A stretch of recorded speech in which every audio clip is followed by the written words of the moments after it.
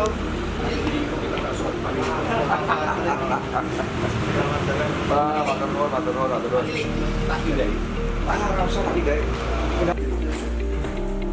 saya kira bareng-bareng sama orkes misalnya tadi.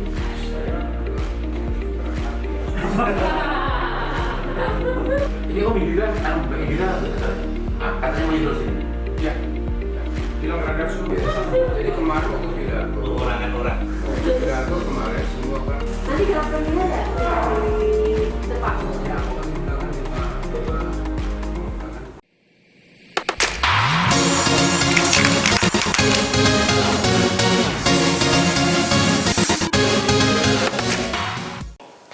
Film Lost Man Bu Broto merupakan prequel serial legendaris Lost Man yang tayang di TVRI pada medio 1980-an. Nah, film ini mengisahkan keseharian Pak Broto dan Bu Broto mengelola Lost Man bersama 3 anaknya. Dibintangi oleh aktor dan aktris yang tidak perlu diragukan lagi kemampuan beraktingnya. Ada Om Matias Mucus yang hadir di sini, ada Maudy Kusnaidi, Putri Marino, Maudy Ayunda, Baskara Mahendra, Danila Riyadi dan Martino Leo. Nah, seperti yang sudah saya bilang tadi, hari ini hadir langsung di kantor redaksi Jawa Pos Radar Solo. Ada pemain film Lost Man Bu Broto, ada Om Matias Mucus ini. Selamat datang Om. Selamat Tante. Iya. Enaknya Om apa Mas atau Opa? Terserah Tante aja. Saya yang mana yang aja Tante. Iya, Om aja sih ya kayaknya. Iya, udah apa dipanggil Tante nggak apa-apa kok. Nggak apa-apa ya. Iya, Yang udah biasa Tante, sama Tante. brondong-brondong soalnya. Om, gimana nih? Apa kabar ini? Sehat walafiat, sehat. Iya, selamat datang di Kota Solo. Terima kasih. Selamat datang di kantor redaksi Jawa Pos Radar Solo. Ini bukan datang sebetulnya, pulang. Oh, pulang. Baik. Saya setiap kali ke Solo atau Jogja itu selalu merasa pulang. Karena Gimana? merasa dekat dan merasa keluarga. Saya banyak teman di sana. Dan saya pikir kita dimanapun harus bersaudara. Jadi kemanapun kita pergi itu namanya pulang. Baik. Jadi Ini konsep baru. Jadi mau mampir berkunjung tetap dianggapnya pulang ya. Pulang. Tapi sering ke Solo sering. Mungkin udah lebih dari 100 kali barangkali. Hitungan jari udah lebih dari tangan di jari ya. Dan awal-awal tahun 80-an saya pernah syuting di Solo juga. Judulnya Selamat Tinggal Sianet. Saya syuting di Mangkunegaran. Ya, di Keraton Mangkunegaran. Cerita tentang dalamnya Mangkunegaran. Judulnya Selamat Tinggal Sianet. Yang main saya dan Meriam Bellina ketika itu. Filmnya bagus. Tahun 80-an ya? Ya, mungkin kamu belum lahir ya. Belum, saya 93 lahirnya. Oh, 93. Berarti sebenarnya Solo itu bukan kota asing buat Om Mucus ya? Enggak. Saya banyak teman seperti tadi saya bilang bahwa Solo itu membuat hati saya damai dan tentram gitu loh. Karena sambutan teman-teman di sini itu kayak menyambut saudara sendiri. Iya. Dan itu jarang saya dapatkan di tempat lain. Hangat gitu ya. Hangat-hangat kuku. Dan kulineran juga. Seneng kulineran juga. Ini barusan diajak sama Mas Lili, salah satu teman di Solo, jajan di salah satu restoran yang punya nama di sini. Iya. Enaknya gendeng. Luar biasa. Enaknya gedeng itu enak banget pokoknya. Enak banget.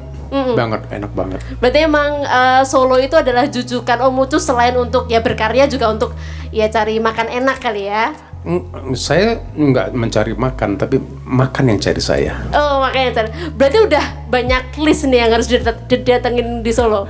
Iya.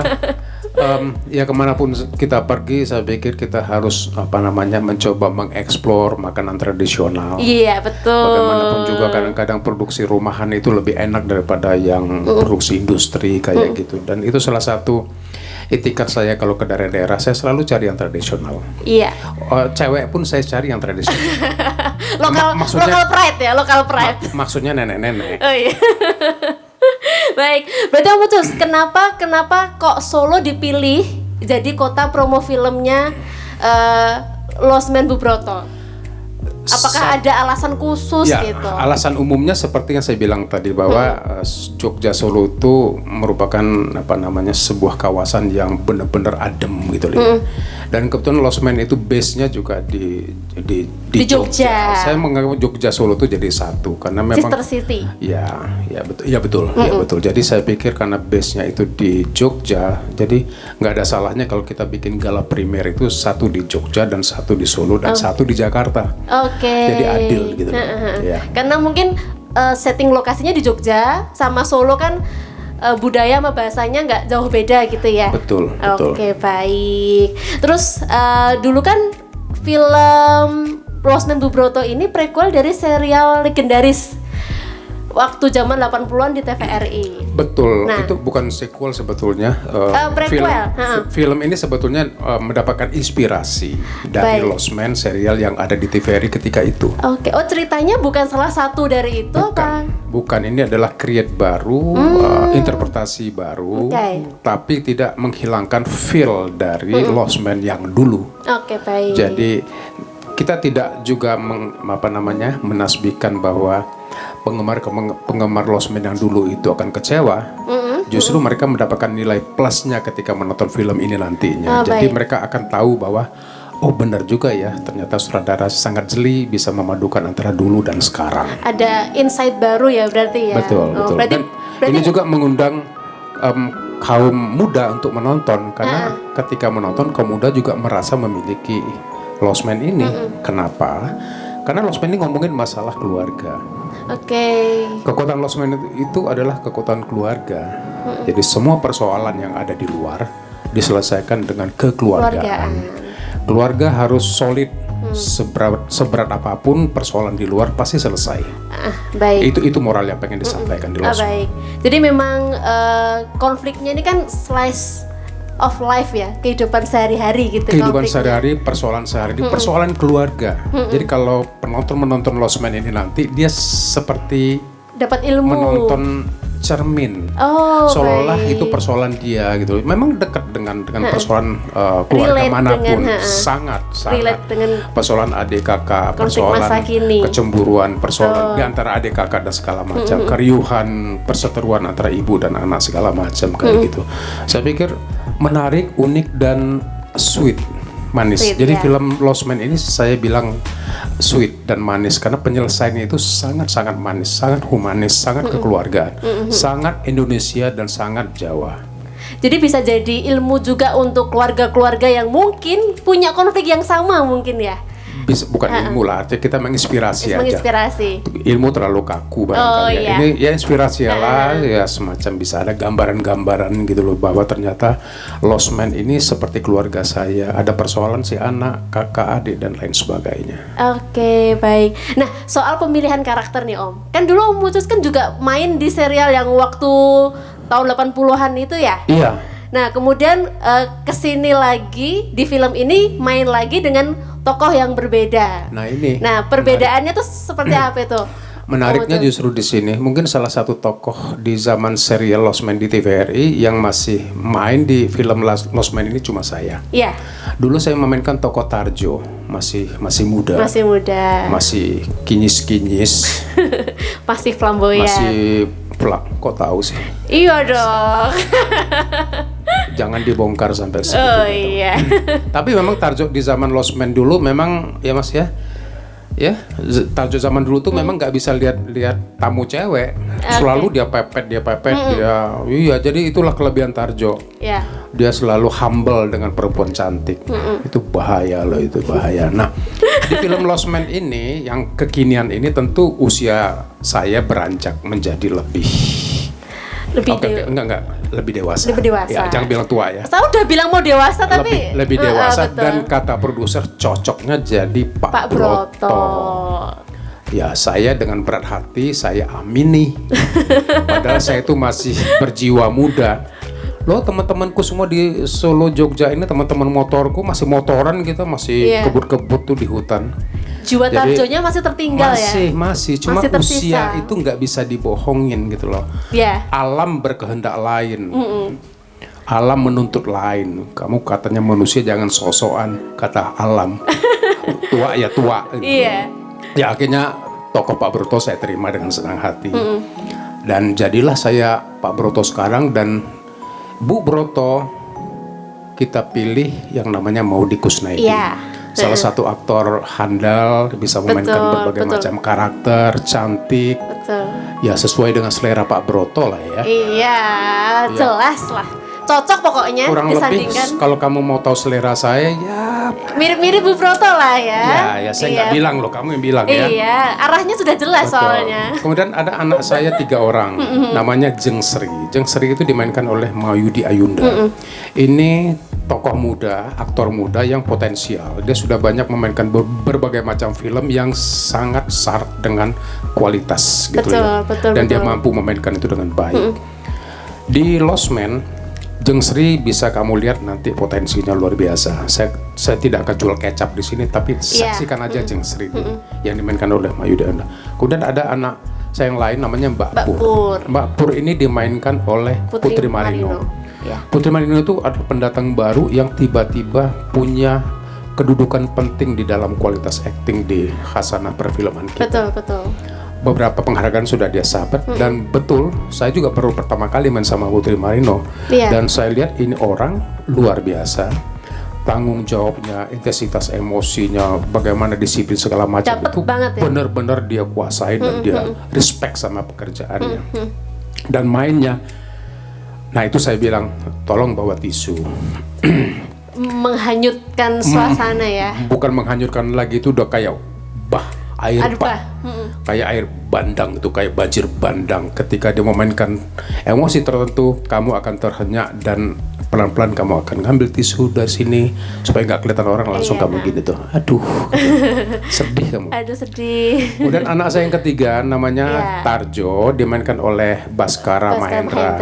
Ini juga pendatang baru tapi punya potensi yang kuat. Nah, ya. Kata produser ini kayak saya zaman dahulu, yang masih kinyis-kinyis kayak gitu. Saya lihat dia ganteng, terus saya bilang oke. Ya sama lah gantengnya waktu zaman Tarjo yang dulu ya. Iya kurang lebih kayak gitu. Jadi ketiga anak saya ini punya karakter yang bermacam-macam. Karena karakter bermacam-macam ini maka timbullah konflik dalam keluarga, konflik di luar keluarga segala macam. Ibu sebagai tokoh sentral nanti dia akan menyelesaikan persoalan keriuhan konflik di dalam rumah tangga. Seperti apa? Ntar malam nonton ya. Ditonton. Iya. Ya, Kita baik. lihat jawabannya seperti apa. Berarti karakter developmentnya masing-masing cast ini tuh menurut Om Ucus yang dulu pernah main di Lost Man Bu Broto waktu yang tahun 80-an itu tuh dapat semua ya. Dapat dan karakternya. Oh dia dapat, karena kita memang menjaga karakter. Karakter itu harus utuh, karena itulah yang akan menjembatani nanti penonton dulu melihat produk sekarang. Iya, pasti akan ada Bu Broto, perbandingan dia kan ingat pasti. lagi Bu Broto yang lama. Pak Broto, ingat lagi kejadian segala macam kayak gitu. Ini yang pemain Tarjo yang sekarang di privat dulu nggak sama pemain Tarjo yang dulu? Dia yang datang dan sungkem ke saya. Gimana saya caranya? Bilang, ya hati-hati ya nak gitu. Gimana caranya bisa flamboyan seperti itu ya? Oh saya yang nakalnya saya nggak ajarin. Oh nggak ajarin. Itu bahaya itu, jangan bahaya. Baik. Nah dari pemeran Tarjo di masa muda, kemudian menjadi Pak Broto, ada kesulitan nggak memerankan dari tokoh yang muda, yang tebar pesona menjadi tokoh yang Pak Broto kan pasti berwibawa. Justru matang, enggak. Karena apa? Karena memang usia tuh nggak bisa dibohongin. Jadi dengan sendirinya secara natural gitu, tiba-tiba saya memang cocok memainkan Pak Broto. Memang terbawa ya? Iya, nggak mungkin lagi saya jingkrak segala. Mungkin saya akan cocok pegang ukulele. Mungkin saya akan senang bersenandung Jawa gitu. Jadi kayak gitu, flow-nya kayak gitu. Karena Pak Broto di sini lebih mengayomi keluarga tersebut. Dia memang tumpuan dari semua persoalan. Nanti dia akan menyelesaikan itu dengan cara Pak Broto. Kalau Ini unik dan menarik banget ini film. Saya tidak mencoba untuk wah-wah ya, tapi di beberapa gala premier yang kita adakan baik Jakarta dan Jogja, semua feedback yang kita terima dari teman-teman undangan itu semua mereka selain positif, mereka bisa membedah jalan cerita, menganalisa, mengkritisi dan segala macam, apalagi memuji. Jadi kayak mereka tuh memiliki Lost Man itu. Jadi saya juga terkaget-kaget justru terkaget loh. Kok tiba-tiba kok jadi wartawan semua nih penonton. Jadi itulah kedekatan dia dengan tontonannya. Dan itu saya bersyukur sekali. Baik-baik. Masing-masing cast juga bisa membawa itu ya, membawa karakter itu dengan justru sangat baik kan? Di Lost Man ini kekuatannya adalah di Bu Brotonya ensemble cast. Ensemble ya semuanya. Kerjasama cast itu punya sumbangsih yang sama semuanya. Jadi nggak ada yang menonjol, nggak ada yang under, semua rata. Jadi kekuatan itu adalah kekuatan seluruh cast. Jadi itulah sebenarnya moral yang pengen kita sampaikan itu adalah kekuatan keluarga, Mbak, keutuhan keluarga. Bagaimana keluarga ini supaya solid, tidak bertengkar satu sama lain. Ketika ada persoalan datang dari luar, dia bisa menyelesaikan ini dengan cara keluarga, dengan cara humanis, dengan cara kemanusiaan. Itu yang dikedepankan sebetulnya. Jadi keluarga adalah segala-galanya. Sentralnya di keluarga ya. Semua masalah diselesaikan di dalam rumah seperti itu. Betul. Nah, bicara soal dunia perfilman Indonesia saat ini, khususnya di masa pandemi ini Om, kan ini kayaknya proses produksinya tuh mulai tahun lalu ya, Desember. Betul. Desember setahun, ya. Desember 2020 selesai Januari. Betul. Itu kan di Indonesia masa pandemi pas lagi kayaknya masih tinggi kasus-kasusnya. Betul.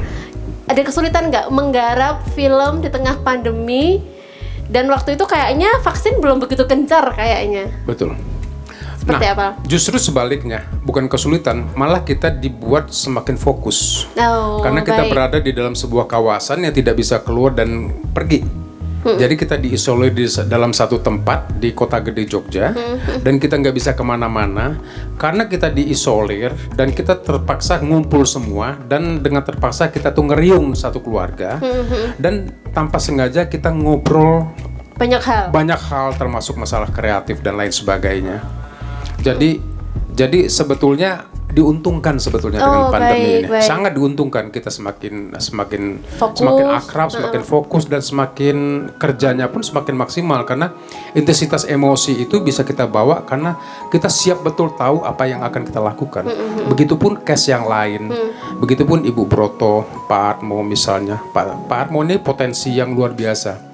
Beliau adalah salah satu pendatang baru dalam pengertian nggak baru banget. Ini orang Solo. Jadi saya juga mencoba untuk memegang tangannya supaya berjalannya harus hati-hati, jangan kesandung karena dunia entertain ini sangat tipis gitu loh ya. Bisa kepleset, jatuhnya sakit. Betul. Jadi saya coba ngobrol secara persuasif. Biasalah anak Solo kadang-kadang suka gitu kan, ada gitu-gituannya sedikit lah. Aku tahu Solo lah, temanku juga banyak di Solo. Nah, dari ngeriung selama 17 hari ya proses syutingnya ya Om ya? Hampir 1 bulan dengan latihan, dengan adaptasi dan segala macamnya. Itu ada nggak pengalaman yang berkesan, tidak terlupakan selama proses produksi? Kan lagi-lagi kita tuh proses produksinya tuh di masa pandemi gitu, bener-bener yang dunia lagi heboh banget seperti itu. Nah, ada nggak mungkin pengalaman apa gitu yang beda dari pembuatan film lain-lainnya sebelum pandemi? Ya, seperti saya bilang tadi, kita semakin lebih fokus karena kita tuh berada di dalam satu tempat dan tidak bisa keluar dan tidak bisa masuk. Yang paling penting itu adalah bagaimana saya mencoba untuk membuild keluarga tersebut, ya termasuk Pak Atmo. Pak Atmo itu memang yang membantu kita di Lost Man, tapi sudah kita anggap sebagai keluarga. Jadi ada satu tempat di tempat kita syuting itu, ada satu meja dan sekian kursi. Untuk memancing mereka supaya bisa kumpul di sana, ya itulah salah satu caranya adalah kuliner. Dikasih makanan. Aplikasi makanan itu tidak pernah berhenti datang ke sana untuk makanan macam-macam khas Jogja, segala macam. Sehingga pemain tanpa sengaja ngumpul di sana, tanpa sengaja kita ngobrol kreatif, tanpa sengaja itu ada pendekatan secara emosional, secara pengen tahu si A si B, karena banyak antar pemain itu baru ketemunya di lokasi. Di lokasinya aja. Iya. Selama ini kan kita sebelumnya kan reading kita, tapi by virtual baik. Itu namanya, Zooming. Yang nggak dirasakan di proses pembuatan film-film sebelumnya mungkin lebih sulit kalau kita reading dengan Virtual. screen laptop gitu. Cantiknya tuh artifisial, jadi nggak bisa Iya, nggak bisa kalau langsung dilihat. live gitu kan kelihatan tuh auranya, bau parfumnya, dia pakai merek apa dan segala macam. Kerasa. Nah, justru di situ kita pengen berinteraksi. Chemistry-nya dapatnya dari situ ya. Betul sekali. Baik. Nah, Om Ucus, kalau melihat sineas-sineas di Indonesia menyikapi dan menghadapi pandemi ini, menurut Om Ucus gimana? Apakah ini situasi ini membuat sineas-sineas itu sempat berhenti berkarya, jadi semangatnya tuh jadi surut gitu, atau malah tertantang untuk membuat karya di tengah keterbatasan ini gitu? Kalau dia betul-betul seorang seniman, kegelisahan itu tidak pernah padam. Seniman itu harus punya kegelisahan di masa apapun, either itu masa pandemi, masa perang, masa segala macam. Dia harus tetap kreatif, ya kan? Itu satu. Yang kedua, di masa pandemi ini yang notabene kita rasakan selama 2 tahun ini, setiap manusia itu harus berubah, harus bisa beradaptasi terhadap kondisi epidemi ini. Beradaptasi, karena kalau tidak mau beradaptasi, kita akan kalah dengan yang namanya virus tersebut. Betul. Tapi kita harus mencari cara. Caranya apa? Caranya adalah merubah perilaku, merubah gaya hidup kita, merubah cara kita berpikir, merubah yang tadinya gegap gempita segala macam, ya kita tekan sedikit supaya lebih proporsional dan lebih teratasi kayak gitu. Jadi beradaptasi, merubah perilaku dan mencoba bersabar. Optimis nggak boleh dimatikan, dia harus tetap ada rasa optimis supaya ada semacam pandangan titik terang lah, walaupun kecil tapi ada titik terang gitu loh. Itu harus diciptakan, walaupun belum ada titik itu, tapi di imajinasi kita tetap harus ada, kita ciptakan titik terang itu. Dan pelan-pelan kita merubah perilaku, merubah gaya hidup kita, merubah kita berpikir, dan merubah bagaimana kita berkreasi dan segala macamnya. Di masa pandemi ini tentu para seniman mencoba untuk mencari pola baru di dalam dia berkarya. New normal itu ya. Kalau toh mau bikin film, mungkin temanya yang harus dikecilin atau disesuaikan dengan satu lokasi top. Tapi betul. Cari cerita yang kuat, konten yang kuat, tapi lokasi satu itu aja, supaya ketika kita syuting kita nggak warawiri kemudian kita membawa wabah tersebut. Baik, makanya di Lost Man ini tempatnya di satu Lost Man itu aja satu Lost Man, ya. Di beberapa teman sinias yang lain juga atau PHP yang lain juga mencoba untuk membuat kreasi khusus untuk syuting di masa pandemi. Jadi mereka mengisolasi diri di sebuah set dan lokasi. Set lokasi itu bisa dipakai untuk syuting. Baik. Jadi mereka tidak berinteraksi sama dunia luar. Itu salah satu cara. Iya. Tetap selalu ada cara apapun kondisinya ya sebenarnya ya. Di mana ada kemauan ada cara, kata kakek saya. Nah, kalau di Solo sendiri kan tadi Om Ucus bilang gak asing sama Solo ya. Kalau melihat potensi sineas-sineas muda di Solo, seperti apa sih? Apakah Solo ini bisa melahirkan sineas yang berkualitas dan mumpuni? Mestinya bisa, Mbak. Mestinya bisa. Jogja sudah mulai menggeliat sineas-sineas mudanya, malah bertaraf nasional, bahkan sudah menjarah ke internasional karya-karya mereka. Solo, saya pikir kalau kita punya niat dan punya kemauan yang keras, saya pikir kenapa enggak? Pasti bisa. Bisa ya. Problem yang bisa diangkat di Solo ini, apalagi di Jawa gitu ya, banyak sekali masalah-masalah yang bisa kita angkat. Banyak sekali. Kemudian orang Solo tuh orang yang kreatif kan. Solo itu kayak Bandung, kayak Malang gitu loh. Orang-orangnya kreatif gitu loh, kreatif. Tapi memang harus mau membuka diri, mau menerima input, mau menerima pendatang-pendatang yang bisa berinteraksi, tidak menutup diri, barangkali kayak gitu. Harus open minded gitu ya. Betul. Jadi kalau kuncinya di keterbukaan. Selama ada keterbukaan, sehingga pendatang kreatif itu datang dan bisa proses kreatifnya bisa berjalan dengan baik gitu loh ya. Jadi kuncinya itu. Jadi jangan gagah sendiri di dalam tanpa ada progres ke depannya gitu. Kalau mau ada progres tentu kita bisa berkolaborasi dengan siapapun di luar kota Solo. Berarti jangan hanya jago kandang istilahnya seperti itu ya. Kamu yang bilang. Iya kan, pesannya seperti itu. Terus sebelum kita mengakhiri obrolan ini, mungkin ada Saya nggak mau ada akhir. Menutup obrolan kan bisa mengobrol setelah layar ditutup.